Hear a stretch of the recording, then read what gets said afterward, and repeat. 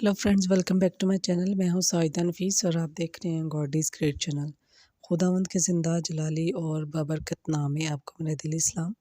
मेरा ईमान है कि खुदावंद के फजल व करम से आप खैरियत से होंगे। आज की वीडियो में हम सीखेंगे इलियास नबी का खुदावंद के हुक्म से मोजज़ा। वीडियो को एंड तक ज़रूर देखिएगा और अगर आपको मेरी वीडियो अच्छी लगे तो लाइक और सब्सक्राइब ज़रूर कीजिएगा ताकि आपको मेरी नेक्स्ट आने वाली वीडियो सबसे पहले मिल सके और आप अपने ईमान को खुदावंद पर और ज़्यादा मजबूत और पुख्ता कर सकें। चलिए चलकर शुरू करते हैं अपनी वीडियो को और सीखते हैं इलियास नबी का खुदावंद के हुक्म से किया गया मोजज़ा। पहला मलूक इसका 17 बाब। इसराइल के बादशाह अक्सर खुदा का अहद भूल जाते थे, मगर खुदा ने अपना अहद हमेशा कायम रखा। वो बादशाहों और लोगों के पास अपने बंदे और नबी भेजता रहा।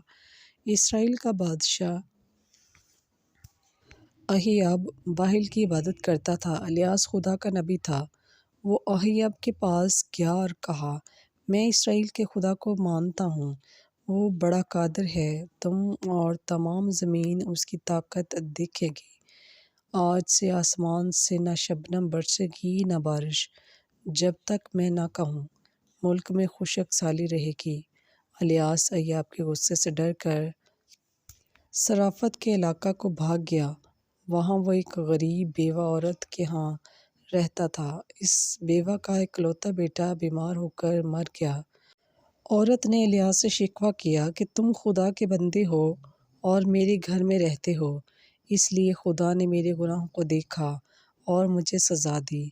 इलियास ने मुर्दा लड़के को उठाकर अपने बिस्तर पर लटाया और इस पर झुककर खुदा से दुआ की, ए खुदावंद मेरे खुदा, इस बच्चे को दोबारा ज़िंदगी बख्श।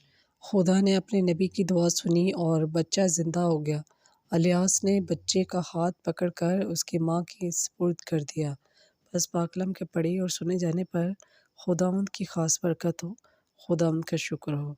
मेरे अज़ीज़ों, खुदावंद इस कलाम के वसीला से आपका और मुझे बहुत सी बरकत से नवाजे। अपना और अपने प्यारों का बहुत सारा ख्याल रखिएगा। दुआओं में याद रखिएगा। खुदा हाफिज़।